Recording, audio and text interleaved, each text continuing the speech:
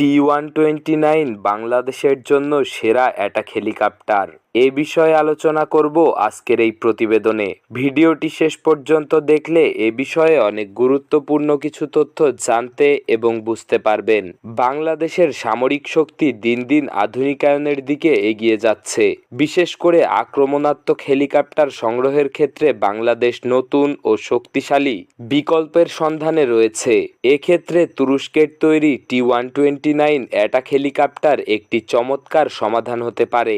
এর উন্নত প্রযুক্তি, কার্যকর ক্ষমতা ও তুলনামূলকভাবে কম ব্যয় একে অন্যান্য বিকল্পের চেয়ে এগিয়ে রাখে। টি-129 অ্যাটাক হেলিকপ্টারটি তুরস্কের প্রতিরক্ষা প্রতিষ্ঠান টিএআই অর্থাৎ টার্কিশ অ্যারোস্পেস ইন্ডাস্ট্রি এবং ইটালির আগস্টা ওয়েস্টল্যান্ডের যৌথ উদ্যোগে তৈরি একটি আধুনিক মাল্টিরোল হেলিকপ্টার। এটি মূলত আগস্টা এ-129 ম্যানগুস্টারের উপরে ভিত্তি করে নির্মিত হলেও তুরস্কের আবহাওয়া ও যুদ্ধক্ষেত্রের চাহিদা অনুযায়ী একে উন্নত করা হয়েছে। টি-129 অ্যাটাক হেলিকপ্টারের ইঞ্জিন হিসেবে ব্যবহার করা হয়েছে টি-804 এর টার্বোশ্যাফট ইঞ্জিন, যার প্রতিটি ইঞ্জিন 1362 হর্স পাওয়ার ক্ষমতা উৎপন্ন করতে পারে। এই হেলিকপ্টারটির সর্বোচ্চ গতি প্রতি ঘন্টায় 281 কিলোমিটার। একবার জ্বালানি ভরে এর অপারেশন পরিচালনা করার সক্ষমতা 537 কিলোমিটার পর্যন্ত।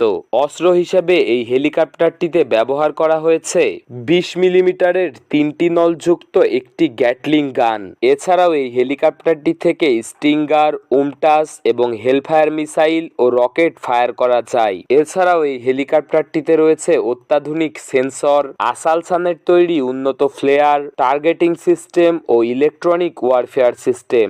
বাংলাদেশের প্রতিরক্ষা বাহিনী বর্তমানে কোনো ধরনের অ্যাটাক হেলিকপ্টার ব্যবহার করে না, কিন্তু বাংলাদেশের হাতে থাকা MI-17 হেলিকপ্টারগুলোকে কাস্টমাইজ করে অ্যাটাক হেলিকপ্টার হিসেবে ব্যবহার করা হয়, যা রক্ষণাবেক্ষণের দিক থেকে ব্যয়বহুল ও কিছুটা পুরনো প্রযুক্তির। তুরস্কের তৈরি টি-129 হেলিকপ্টার প্রযুক্তিগত দিক থেকে অত্যাধুনিক ও কার্যকরী, যা বাংলাদেশের ভৌগোলিক ও কৌশলগত চাহিদা পূরণে সক্ষম। টি-129 অ্যাটাক হেলিকপ্টারের গতি, শক্তিশালী সেন্সর ও অস্ত্র ব্যবস্থা এটিকে যে কোনো যুদ্ধক্ষেত্রে অত্যন্ত কার্যকর করে তোলে। এটি সন্ত্রাসবাদ দমন, সীমান্ত নিরাপত্তা ও সরাসরি যুদ্ধ অভিযানের জন্য উপযুক্ত।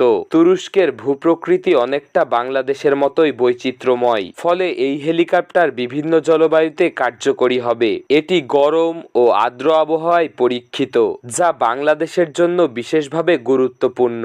রাশিয়ান ও পশ্চিমা প্রযুক্তির তুলনায় টি-129 এর রক্ষণাবেক্ষণের খরচ কম এবং খুচরা যন্ত্রাংশ সহজলভ্য। এজন্য এটি বাংলাদেশের সামরিক বাজেটের জন্য একটি আদর্শ পছন্দ হতে পারে। বাংলাদেশ ও তুরস্কের সামরিক সম্পর্ক দিন দিন দৃঢ় হচ্ছে। এর ফলে তুরস্ক বাংলাদেশের সাথে প্রতিরক্ষা সরঞ্জাম সরবরাহ ও প্রশিক্ষণ কার্যক্রম পরিচালনায় আগ্রহী, যা ভবিষ্যতে সামরিক সহযোগিতাকে আরও প্রসারিত করবে। তুরস্কের তৈরি টি-129 অ্যাটাক হেলিকপ্টারের প্রতিযোগী হিসেবে মার্কিন AH-64 অ্যাপাচি, রাশিয়ার তৈরি KA-52 ও চীনের জে-10 হেলিকপ্টার বিবেচনায় রয়েছে। তবে ব্যয়, প্রযুক্তি ও বাংলাদেশের সামরিক কৌশলের সঙ্গে সামঞ্জস্যের দিক থেকে তুরস্কের তৈরি এই টি-129 সবচেয়ে বাস্তবসম্মত বিকল্প মনে করা হচ্ছে। বাংলাদেশের সামরিক বাহিনীকে আরও শক্তিশালী ও আধুনিকায়ন করতে আক্রমণাত্মক হেলিকপ্টার সংযোজন অপরিহার্য। তুরস্কের এই টি-129 অ্যাটাক হেলিকপ্টারের প্রযুক্তি, কার্যক্ষমতা ও সামরিক খরচের দিক থেকে বাংলাদেশের জন্য একটি আদর্শ পছন্দ হতে পারে। এটি শুধু প্রতিরক্ষা ক্ষেত্রেই নয়, বরং ভবিষ্যতে বাংলাদেশ তুরস্ক সম্পর্ককে আরও সুদৃঢ় করতে গুরুত্বপূর্ণ ভূমিকা রাখবে। ধন্যবাদ। প্রতিবেদনটি ভালো লাগলে বাংলাদেশ মিলিটারি প্লাসকে সাবস্ক্রাইব করুন।